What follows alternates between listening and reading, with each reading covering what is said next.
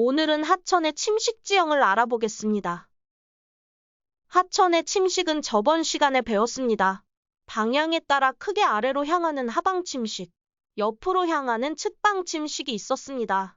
하천의 침식 꼭 알아두시고요. 이번에는 구체적으로 이런 침식에 의해 만들어지는 지형들을 살펴보겠습니다. 크게 자유공유하천, 감익공유하천, 하안당구, 침식분지 이렇게 알아보도록 하겠습니다. 자유공유하천이란 하천의 중류와 하류에서 주로 발달하는 측방 침식을 많이 하여 유로 변경을 많이 하는 하천입니다. 또한 자유롭게 측방 침식을 하기에 구화도, 하중동, 우가코와 같은 지형을 함께 만들기도 합니다. 자유공유하천의 유로 변동을 보면 에너지가 집중되는 공격사면은 침식을 받습니다. 그리고 에너지가 분산되는 퇴적사면은 퇴적이 진행됩니다. 다시 그림을 보면 공격사면에서 침식이 이 부분에서 진행이 되면 어느 순간에 그림과 같이 강이 흐르게 됩니다. 이때 만들어지는 이 부분을 하천의 가운데 떠있는 섬처럼 보인다 하여 하중도라고 부릅니다. 그리고 하천은 결국 이런 식으로 똑바로 흐르게 됩니다. 이렇게 해서 생긴 호수를 우가코라고 합니다. 그리고 우가코의 물이 다 빠져나가 나중에 흔적만 남는다면 예전에 하천이 흘렀었던 길이란 뜻으로 이를 구화도라고 부릅니다. 그림은 자유공유하천이 유로 변동을 해서 우가코가 새긴 모습을 보여주는 사진입니다.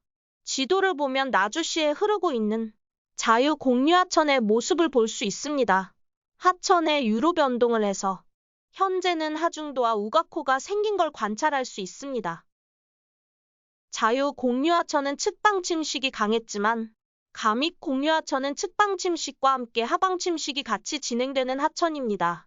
특히 측방 침식보다 오히려 하방 침식이 더 강한 하천입니다. 왜냐하면 융기가 일어나면 강의 높이는 현재보다 위로 올라갔기에 예전에 흐르던 위치로 돌아가려는 성질이 생기게 됩니다. 즉 위에서 밑으로 침식을 진행하려고 합니다. 그림을 보시면 융기로 동쪽이 많이 올라갔고 융기된 만큼 아래로 원래 바닥을 향해 침식이 더 강해지는 걸 볼 수 있습니다. 감익공유하천의 주요 내용을 정리하면 주로 하천의 중상류에서 많이 일어납니다. 왜냐하면 우리나라는 경동성 요곡운동을 받아서 동쪽이 높고 서쪽이 낮은데 강의 상류는 주로 동쪽 근처여서 융기량이 많아서 하방 침식을 강하게 하기 때문입니다. 그리고 주변의 하안당구도 세트로 같이 나타납니다. 하안당구는 좀 이따가 다시 설명하겠습니다. 그리고 측방 침식은 아예 안 생기는 게 아니라 하방 침식과 같이 진행되지만 하방 침식보다 조금만 일어난다고 생각하시면 됩니다.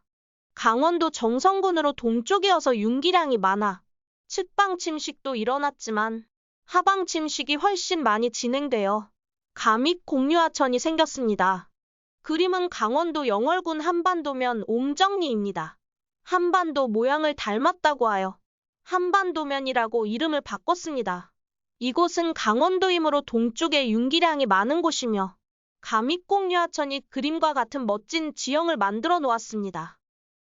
이번에는 하안당구를 정리해 보겠습니다.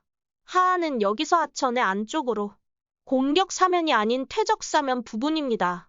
이곳은 포인트바와 같은 퇴적 지형이 만들어진다고 배웠었습니다. 당구는 다는 계단, 구는 언덕이란 뜻입니다.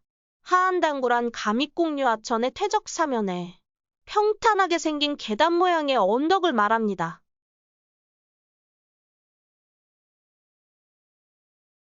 그림에서 평창강은 강원도 평창에 흐르는 강으로 감익공유하천입니다.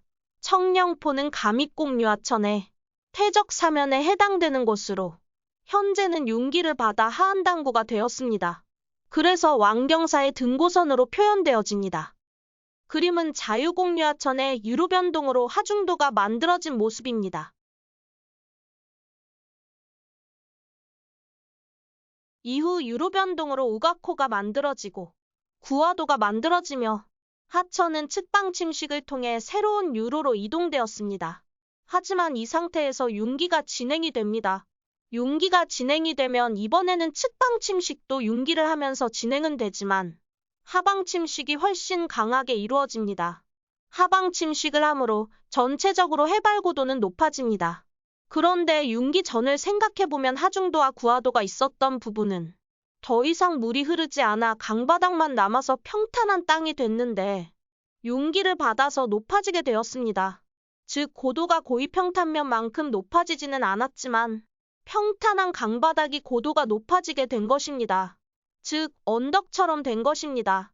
그림에서 이 부분은 사실 하천의 공격사면 반대쪽인 퇴적사면이었습니다. 하안이었습니다. 즉 이 부분은 하안당구입니다. 용기를 받으면 하방 침식이 많아져 아래로 파기의 골짜기는 깊어짐. 과거의 하천이 흘렀던 곳은 유로 변동으로 드러남. 여기가 융기되면 평탄했던 곳이 높아지게 되어 하안당구가 됨. 융기가 되면서 하방 침식이 되지만 융기 속도가 느리면 측방 침식도 같이 일어나며 유로가 변동함. 이로 인해 구하도가 유로 변동을 통해 생기고 융기가 되어 하안당구가 됨. 그림에서 파란색 선은 과거 하천의 유로임. 하지만 지금은 유로 변동을 함. 그러다 보면 옛날 하천 유로 부분 중 퇴적사면 부분이었던 곳은 하안당구가 되는 것임. 일단 강은 융기가 됨으로 하방 침식이 진행되어 아래로 팝니다. 하지만 융기는 되지만 융기 속도가 매우 느리다면 강 자체가 유로 변동을 하려고 해서 측방 침식도 진행됩니다. 그림에서 옛날에는 파란색 점선처럼 강이 흘렀지만 지금은 파란색 화살표 방향으로 유로 변동이 진행됐습니다. 그래서 유로 변동이 진행되어 지금은 물이 흐르지 않게 된 이 부분은 이제는 물이 흐르지 않고 평탄하게 남게 되었는데 융기가 진행이 되면 높고 평탄해진 면이 높아지게 된 것이므로 하안당구가 되는 것입니다. 과거의 강바닥이어서 하안당구는 무조건 원마도가 큰 둥근 자갈이 분포함. 분포하지 않으면 하안당구로 볼 수 없음. 당구 자체가 고도가 높은데 강가에서 발견되는 둥근 자갈이 원래는 있을 수가 없음. 과거의 강바닥이 융기를 해야만 이게 가능해지는 것임. 하안당구는 해발 고도가 높기 때문에 취락이나 농경지로 이용됨.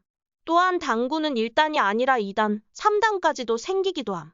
높은 곳에 있는 당구가 가장 오래전에 만들어진 것임. 유로 변동의 방향도 그림에서는 점점 왼쪽으로 진행된 것을 예상할 수 있음. 침식 분지에서 침식은 깎인 것, 분지는 주변보다 낮은 땅을 의미합니다.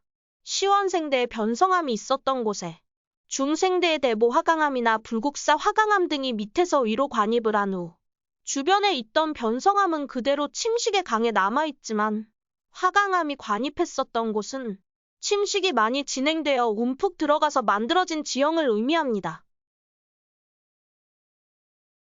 침식 분지는 굉장히 큽니다. 분지 안에 당구와 범람원, 하천이 모두 존재하고 있습니다. 침식 분지는 주변 산지는 편마암이고 가운데는 화강암이 있으며 그 위로 하천에 의한 새로운 충적층 등이 쌓이고 있습니다. 침식 분지는 일찍부터 농업과 생활의 근거지였으며 주변보다 낮기에 새벽에는 산기슭에서 차가운 공기나 내려와 기온 역전 현상이 발생해서 안개가 많이 끼기도 합니다.